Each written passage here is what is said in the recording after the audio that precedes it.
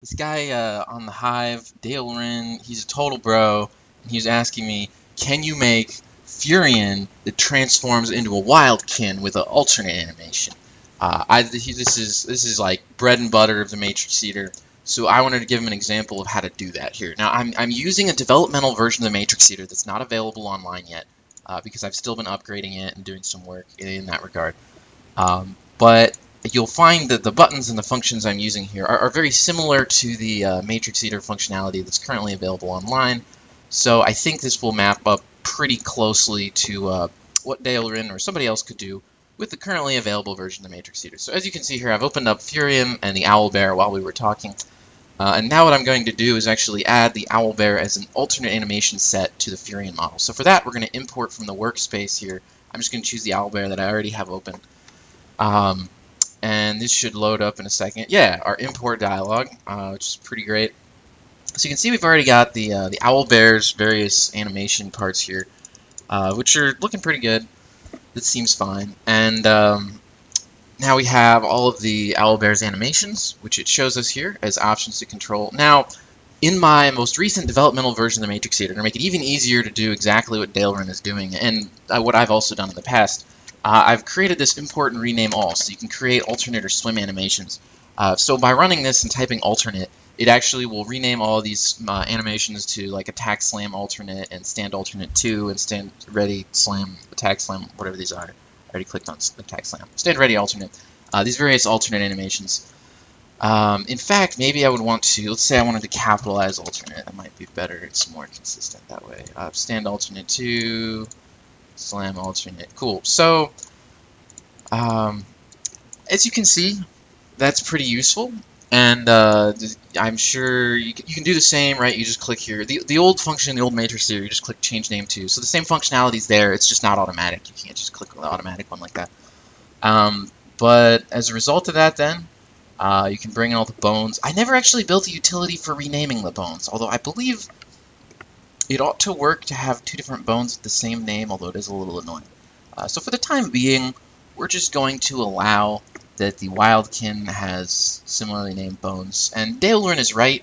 He talked in his message to me. He talked about how ideally you'd want to update some of the bone names in there. But we'll just import them all. Just leave basically everything as is. Most of these menus you don't have to change much. These attachments you'd ultimately want to rename them to alternate. Pretty reasonable to just spend some time on that at some point and make all that nice.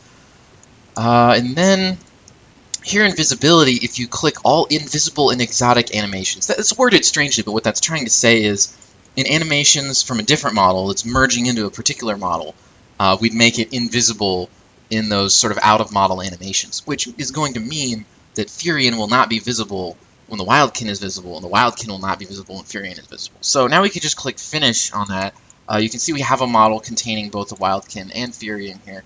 And if I do Save As to my Models folder, we can say Furion Wildkin Form, and save it as binary. Furion Wildkin Form, so this model work. Obviously, I didn't add a portrait. You want to do that. More from the Wildkin. Furion goes for second, and then Anudora. now he's a Wildkin. So I didn't give him morph animation. That was why he just sort of stood there. So you're going to want to give him some kind of morph animation. It appears that Furion does not have a stand ready, so it's using stand ready alternate. So you sort of have classic issues like that. This Furion model again. So we can perfect it a little bit. So obviously it was looking pretty good. But we noticed it did Furion's attack, and then it did stand ready alternate of the Wildkin, and did not do Furion's stand. Alright, one thing we could do about that is, as we open up this Furion model here, we could duplicate Furion's stand to make a stand ready. So I think we should be able to import from... Well, actually, I've noticed lately, I think there's a bug in the Matrix Eater. It's not good to import from workspace from itself. Something else goes wrong.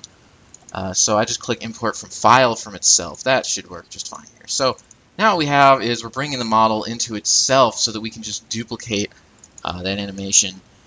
To do that, I'm just going to leave all on just absolutely everything except that we want stand 1, and we're going to rename it stand ready so that it'll never use that stand ready alternate animation like it was doing.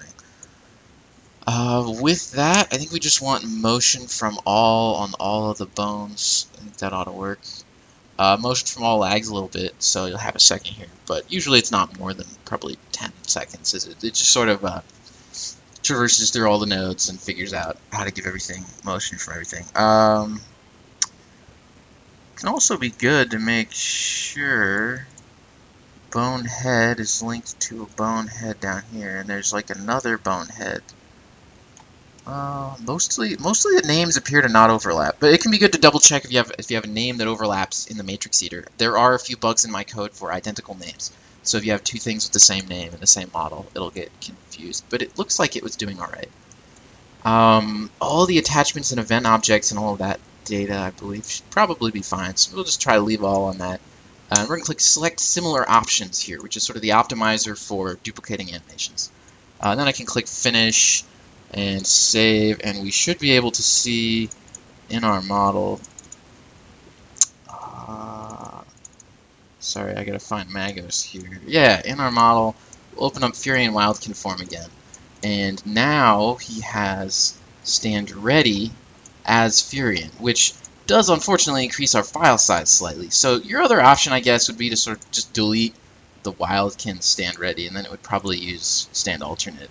I guess it would mean the Wildkin wouldn't, open its beak, but you can pick with those. Other than that, I think we really want a morph animation. And anybody who's done this knows it's just a cooler thing if you have a morph animation. So let's just grab the Druid of the Talon here. We'll do that. Druid of the Talon, import. Cool. All right, Druid of the Talon. Pulling it up here. What I think we want is morph and morph alternate. We'll leave the names. Let's see. So here's where it gets really interesting, because I think maybe Blizz particle is like a particle as it's morphing. I wonder if that's right. I'm actually not sure. Let's not take that actually. But so mostly we want motion from all on these bones, because that's going to give the Archdruid meshes, which already should have a morphing animation to them, of Furion, morphing activity going on there.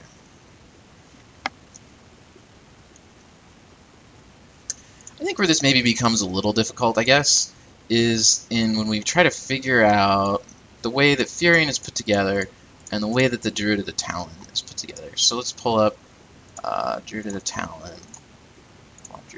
Alright, here's the Druid of the Talon. His main Druid body is this first part. So I guess we want not hooded. We probably want Geoset 0, because I think the hooded one is when they die, so that they can be like a Jedi and just become the cape cloak thing.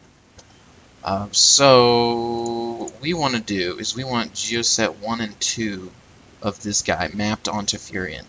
Then we're going to want Geoset 13, 14 mapped onto Furion's Owlbear, which is 15 and 16. So, mostly in the imported animations, by default, all the other Furion stuff, I think we want to say not visible. Oh, I misclicked there. Not visible.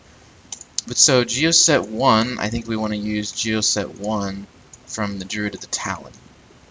Geoset 2 of Furion, we want Geoset 2 of the Druid of the Talon. Oh, that's right. There's a bug in my latest build of the Matrix Eater. You won't have this bug.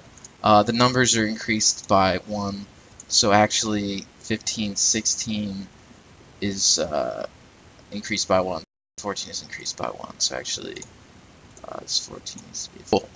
Yeah, let's try that. Magos, and we see what morph, like how bad is this morph animation. Furion Wildkin form 2. Morph. Oh hey, that actually looks pretty good. It must have imported some animation onto the Wildkin. So it's a little bit weird. But, as they go, that's pretty good, right? So, there you go. Now you have Furion that morphs into a Wildkin. Let's try that in game, because now if we morph into Wildkin, Furion's like... It shall be done. So we can see I did not do Hero Glow. There's another tweak you'd want to do if you spend some time on this, right? It's Hero Glow. And I wish you best of luck in all your 3D modeling endeavors. Have a good day.